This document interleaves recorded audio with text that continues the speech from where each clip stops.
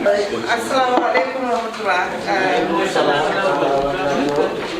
Good afternoon or good evening, leaders, executive members of the Gambian Edinburgh community. I'll bring you warm greetings from London.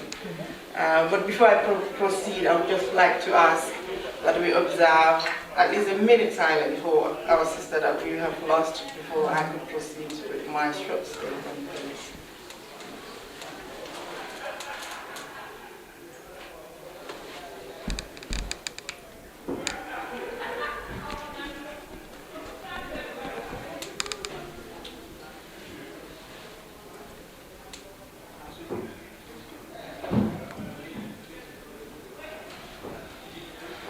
Thank you. May her gentle soul rest in eternal peace. I can send greetings and on behalf of His Excellency the President himself, the Minister for Foreign Affairs, International Cooperation and Gambians abroad, Her Excellency the High Commissioner, Dr. Fatou Bensouda, I stand before you this evening to extend our profound sorrow in the loss of our beloved sister, auntie, mother, Nata Seke, that we lost tragically a couple of weeks ago. Not only is a very sad incident, but it is an incident that is shaking our community, both here in the UK and abroad, back home in the Gambia. I'm sure everyone is aware of it, and it has shocked us to the core. It is a sound reminder. We had speeches from the police and the lady, Louise, and Koma also stated things that I would have said, actually, but I think they've said most of it. However, it is, that is lost.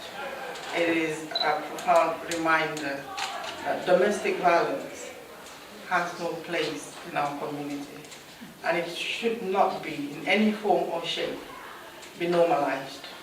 We come, unfortunately, sadly, we came from a society where I can say domestic violence is very much formalized.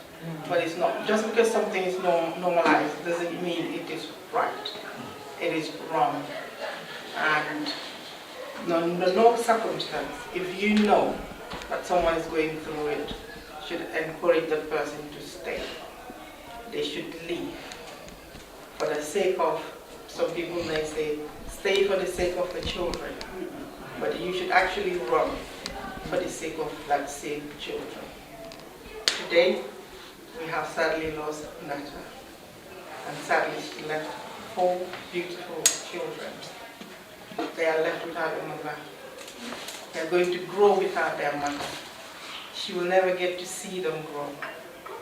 She's never going to see them graduate from university. It's sad. It's something that touched me personally. I am standing here, not as your councillor at the Gambia High Commission, but as a sister. And I'm urging all of you, please, do not stay silent.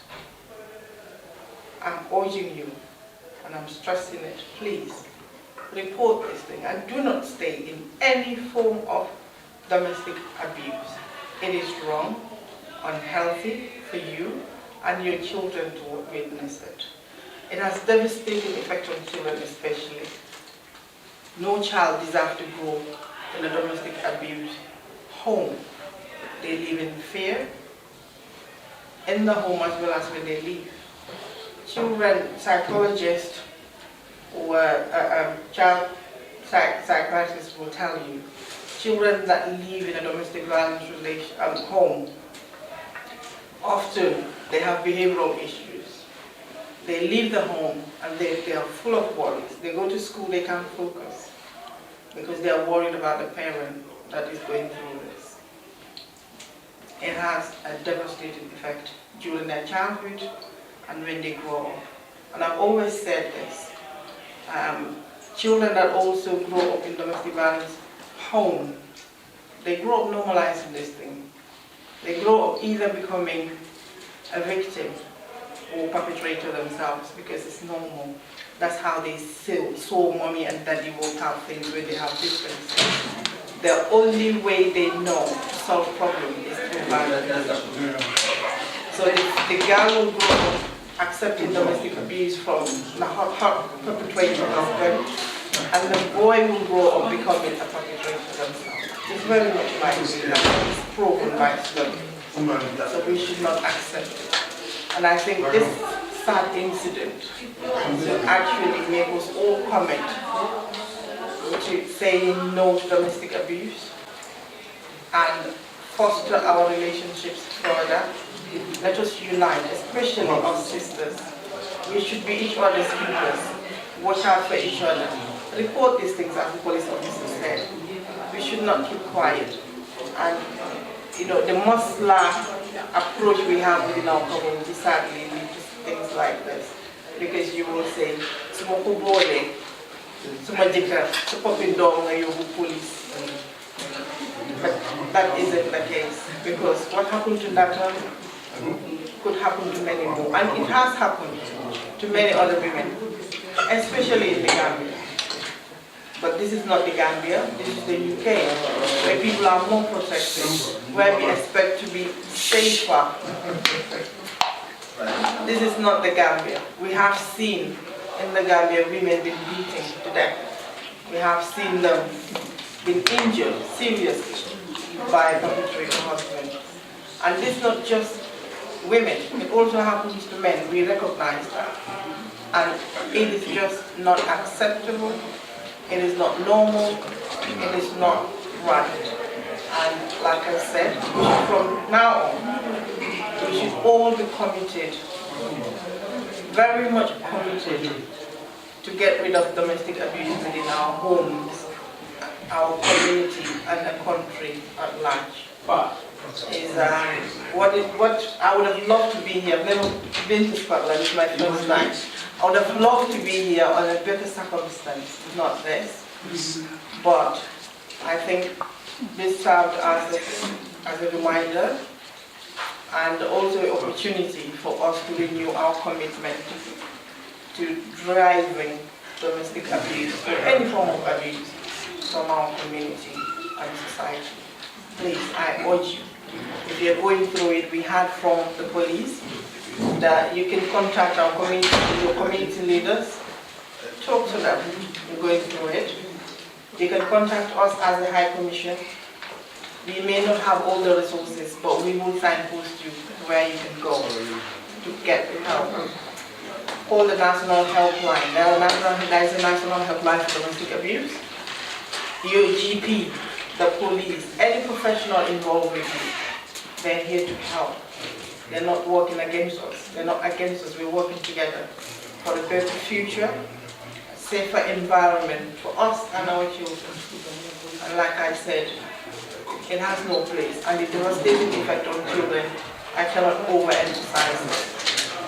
And thank you for listening. It's lovely to see you all, and I hope to see you all again under better circumstances. Thank you for listening. Thank you.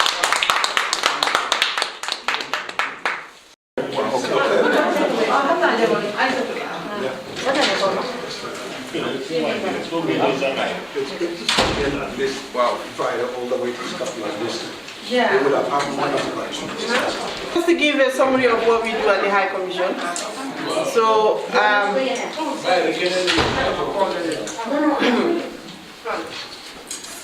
Koma just asked me to just summarize it, just give you a little bit of what we do at the High Commission. So without wasting most of your time, and we're running for the train, the High Commission is important, everyone knows. We're not only here for bilateral relationship between us and the host country, which is the UK. We also have 8 other countries under our jurisdiction. All the 5 Nordic countries, Israel, the Vatican, Pope the Vatican, now Australia and Austria. So we have 12 in total at the moment. Things are changing. We may have more countries under our jurisdiction. Now, our sole responsibility is not just to foster the bilateral relationship with other countries, but also, I think the most important thing, the most important role we are here to play is to ensuring the welfare and well-being of every single Gambian under our jurisdiction. That means ensuring your rights are observed. Whatever trouble you may have, if you feel your human rights or your civil rights has been infringed at any point, you want us involved, you can report it to us. We work with the authorities. We may have, like there is immunity, we may not have audience in the courts, but we can actually go to any meetings, any court hearings where your case is being heard and we can contribute. Yeah?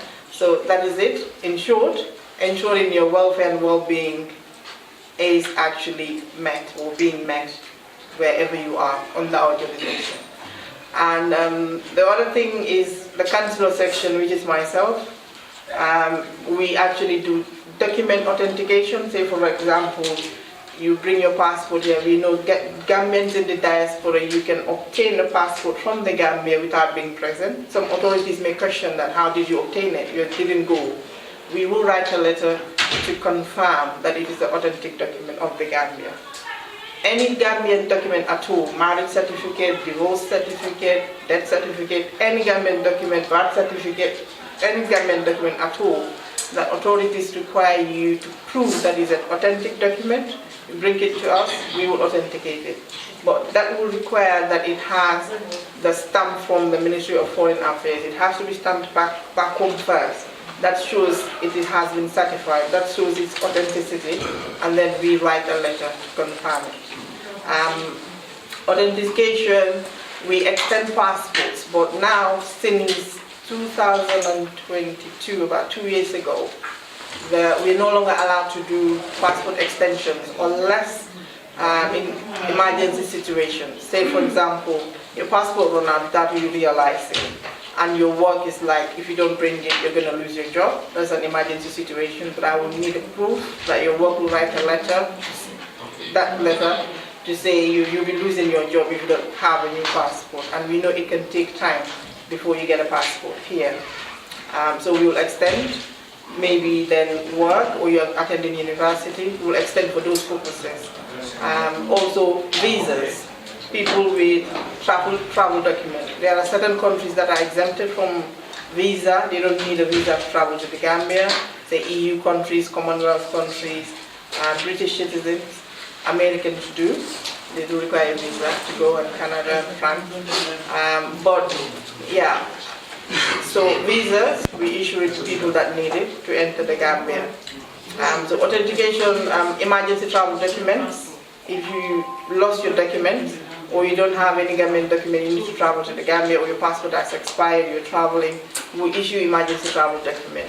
But we need proof to confirm that you're actually Gambian before we issue that. That will mean you have an old or expired passport or ID, Gambian ID card, birth certificate to prove your Gambian nationality. We issue emergency travel document. So those are the sort of things we'll do, and then we also write letters. People that are applying for their maybe British passport, and they maybe have one of their passports missing, or names don't tally, things like that. So we write a letter to confirm the reason why that is. So in short, those are the things that we do. And anything else that it concerns your welfare, just write to us. If you're not sure, we will respond what we can and cannot do. If we cannot do anything, we will signpost you or refer you to the right agents. I hope. Any question? One more. We don't have them. Thank you. Yes. Yeah. Well, as a Gambian representative in London, Yeah. so us now who are living in Scotland, so if you wanted to make any documentation business, you have to travel all the way to London. Did they have any plan to have any maybe the consulate here in Edinburgh or in Glasgow, which is very close to here anyway? No, they don't have a consulate, and I don't think they're looking at having one. because you're very close to London. So if you can't come in person, you have the option of sending your application. Whatever you're applying for, you can post it to us, and we will post it back. All you have to do is put in your return envelope. We will process your document and send it back to you. Okay? Thank you.